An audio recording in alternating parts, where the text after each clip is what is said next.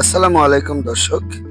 আজকে আমরা চট্টগ্রাম থেকে ইউনিক পরিবহনের এই বাসে করে ঢাকায় যাব। তো যাত্রাপথের সমস্ত অভিজ্ঞতা আপনাদের সাথে শেয়ার করব এই ভিডিওতে। ইউনিক পরিবহনের এই বাসটি ছিল একদম স্ট্যান্ডার্ড মানের একটি বাস। বাসটি বাহির থেকে দেখে আমার কাছে ছোট মনে হলেও ভিতরে অসাধারণ ডেকোরেশন আমার মনটা ভরে দিয়েছে। চট্টগ্রাম রেল স্টেশনের কাছে বাস স্ট্যান্ড থেকে আমাদেরকে ছোট একটি গাড়ি করে প্রথমে আমাদের বড় গাড়িতে নিয়ে আসা হয়, যে গাড়ি করে আমরা ঢাকায় যাব।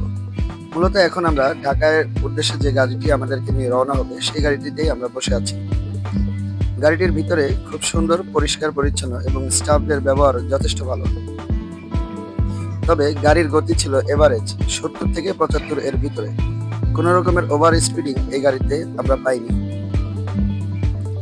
এই গাড়িতে জন প্রতি 700 টাকা ভাড়ায় আমরা চট্টগ্রাম থেকে আব্দুল্লাহপুর পর্যন্ত আসতে পেরেছিলাম। ঢাকা চট্টগ্রাম হাইওয়ে রুটে যেখানে অন্যান্য গাড়িগুলা অতিরিক্ত স্পিডের কারণে বিভিন্ন সময় দুর্ঘটনা ঘটে, সেখানে ইউনিক পরিবহন তাদের গতিটা যথেষ্ট নিয়ন্ত্রণে রেখে একটা স্বাভাবিক যাত্রা আমাদেরকে উপহার দিয়েছে। একটা পর্যায়ে গাড়ি লাইট অফ করে দিলে সমস্ত যাত্রীরা আস্তে আস্তে ঘুমিয়ে পড়ে এবং খুব আরামেই তাদের যাত্রাটা সম্পন্ন করে।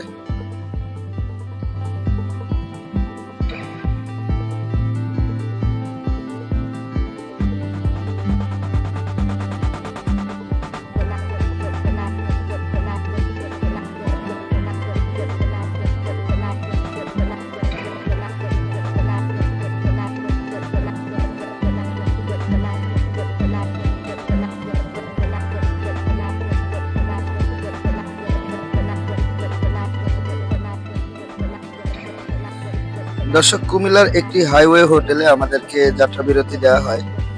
একটা বিষয় আমার কাছে অন্যরকম লেগেছে যে কুমিল্লার আশেপাশে যে হাইওয়ে হোটেলগুলো রয়েছে এই হোটেলগুলোতে খাবারের দাম একদম অস্বাভাবিক মানের, যেখানে আমাদের উত্তরবঙ্গে এরকম অস্বাভাবিক খাবারের দাম রাখা হয় না।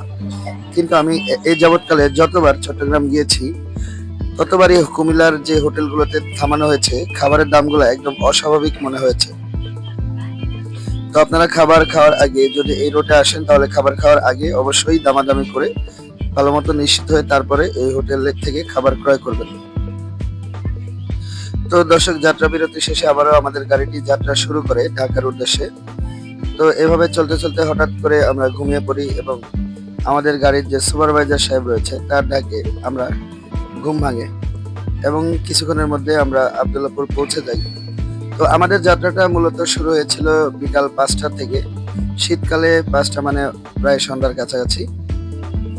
তো আব্দুল্লাহপুর আমাদের আস্তে আস্তে প্রায় রাত 2টো বেজে গিয়েছিল, কারণ ঢাকার ভিতরে অসংখ্য জ্যাম ছিল।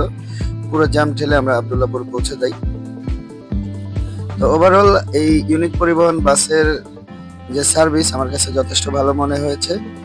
আরো অন্যান্য বাসে আমি গিয়েছি, হানিফ, শ্যামলী, তো ওদের সার্ভিসও মাশাআল্লাহ অনেক ভালো। তবে ইউনিক পরিবহনের বাসগুলো খুব সুন্দর এবং নতুন, যেখানে অন্যান্য গাড়িগুলো তাদের ফিটনেস এখন পর্যন্ত সেভাবে উন্নত করতে পারেনি, পুরোনো গাড়ি দিয়েই তারা সার্ভিস দিয়ে যাচ্ছে। সেখানে ইউনিক পরিবহনের প্রতিটা বাসই কম বেশি প্রায় সকল বাসই নতুনত্ব ধরে রেখেছে এবং যাত্রীদের কমফোর্টের বিষয়টা হয়তোবা তারা মাথায় রেখে এই বিষয়টা তারা করেছে। তো দর্শক, আমি কোনো ট্রাভেল ব্লগার নই, শখের বসে ভিডিও বানাই। যদি আপনাদের এই চ্যানেলটি ভালো লাগে এবং ভিডিওগুলো ভালো লাগে তাহলে আমাদের এই চ্যানেলটি সাবস্ক্রাইব করবেন।